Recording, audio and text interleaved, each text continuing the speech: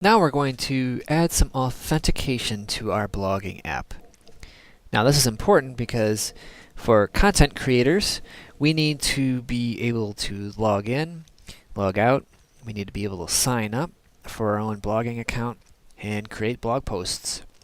So this is broken down into a few different parts.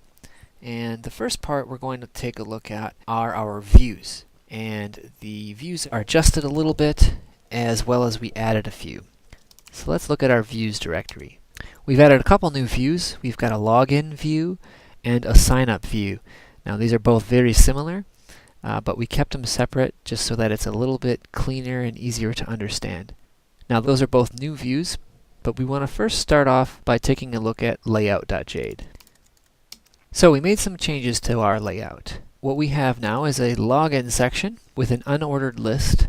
And what we check for on line 10 is if there is a current session that's active. Now, the session variable here is added by us, and I'll show you how we did that in a bit. But for now, let's assume that it's available for us to check. And if the user is logged in, we want to display a new link that allows them to log out. Otherwise, if they're not logged in, we want to display a couple links, either for them to log in, or if they don't have an account at all, a link to our sign up page. And that's all that's changed with our layout. Now let's take a look at our sign up page. Okay, here's our sign up view. Again, we're inheriting from our layout page, and we're going to override our content block. So on our sign up page, what we need to is define a form with a couple inputs.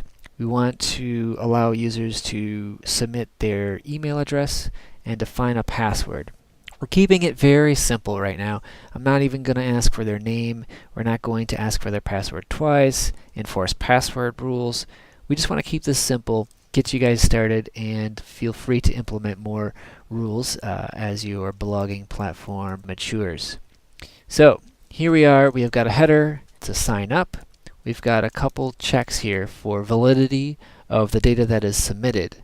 So right now, this isn't really a factor, but in a minute when we submit some data, you'll see the rules that can trigger this.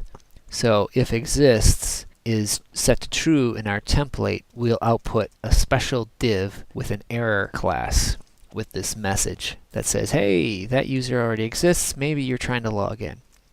Another error condition could be that their password or email address are invalid. If that's the case, we'll set the property while the template is being rendered and output a div with an error class with that specific error message for them. Otherwise, besides error handling, this is very straightforward. We have an unordered list with a couple different inputs, one for email, one for password, and then a submit button. So that's the sign up page. Let's take a peek at the login page. Very similar to the sign up page, almost exactly the same. We just have a different action here. We're going to be submitting to the login route. We've got a different header. We don't need to validate all the same stuff, so we're just printing a basic validation failure message here if that was the case. And then it's the same couple inputs for email, password, and then finally we've got a submit button to log in. Okay, so that's it for the views. Next up are the models.